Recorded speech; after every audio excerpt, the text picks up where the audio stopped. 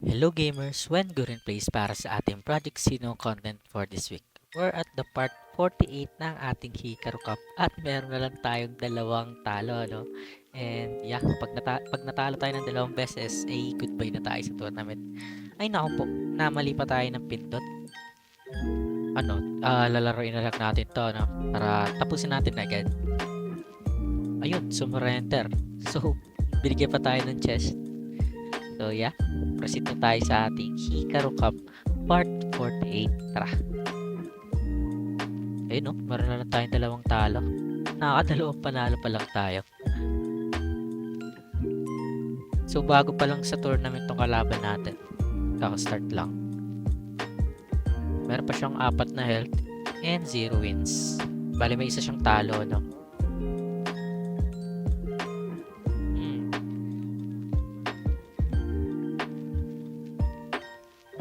Unahin natin tong psychic. Okay.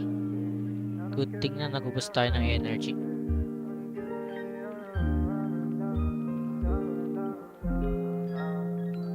Bakit lahat ng kalaban natin may anti-poison? Hindi ko siya mahanap. I mean, charms ba siya? Or, di ko alam eh. Sayang, pwede naman siguro akong magganyan. Pero unnecessary kasi wala pa naman ako nakakalabang poison. So, talagang pinagandaan lang nila, ano? Yung mga poison sa kalaban.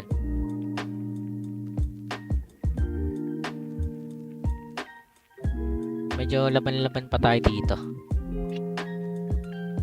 Yun, laban-laban pa nga. Night. Aray, ang sakit nun. 330. Grabe, sir. Pwede tayo mag raging. Bawas-bawasan na natin to.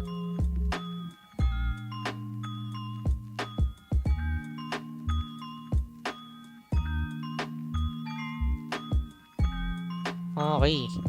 Saluhin mo ang detonator. Hindi pala na magnetic yung yung gale. Kala ko na magnetic. Okay, 2v2. Kailangan lang natin patayin yung breaker. Tsaka advantage na tayo kapag ganun.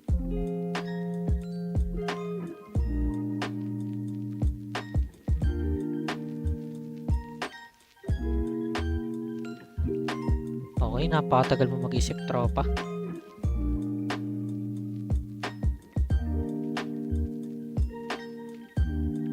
Nag-energy gain tayo, nag-energy break siya.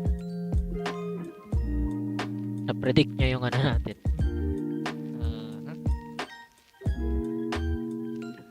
Wala pa tayo reincarnation. Stonewall lang tayo para mapalitan yung cards natin. So no need to worry naman. May ano pa naman tayo. Kono Hagakure. Dome for shield. Nice. Wala pa tayong ulti, no? Isa pa?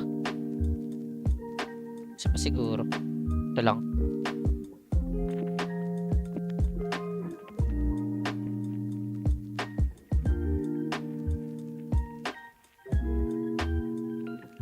Ayun, nag-ulti nga.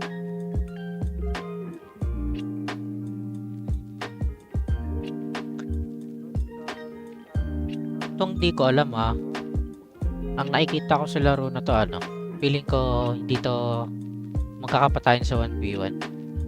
Kasi medyo mataas pa yung buhay ng guardian niya eh. Tsaka wala tayong masyadong damage sa ninja. Ang need lang natin gawin is patayin yung breaker. And kailangan mas mataas yung buhay natin sa guardian niya. Kulang pa rin tayo ng special. Medyo delay na tayo. Medyo alanganin na Sana buhayin niya. Nice one.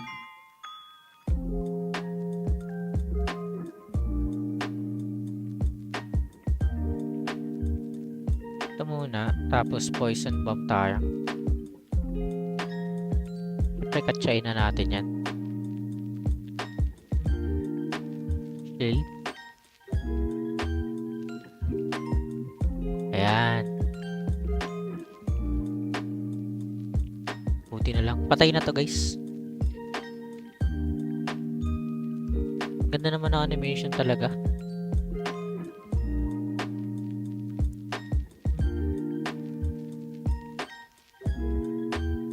Plus 7 pala yun. Nice one. Pala binigay na lang natin yung lunch sa ano, guardian. Pero okay lang.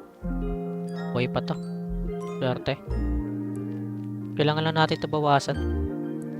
Wala na tayong perfect wall. Ako mukhang GG's tayo dito. Ako mukhang GG's nga tayo dito. Wala tayong lason. Paano natin papababa ito? Pero alam ko mananalo tayo dito kapag pinatay niya yung summon natin. Kasi ano eh. Parang sa Seno siya. Kailangan niyang patayin yung mga ano. Sa remaining ano. Sino mas mataas? Aside from health. May summon tayo kaya panalo tayo dito. Ayun.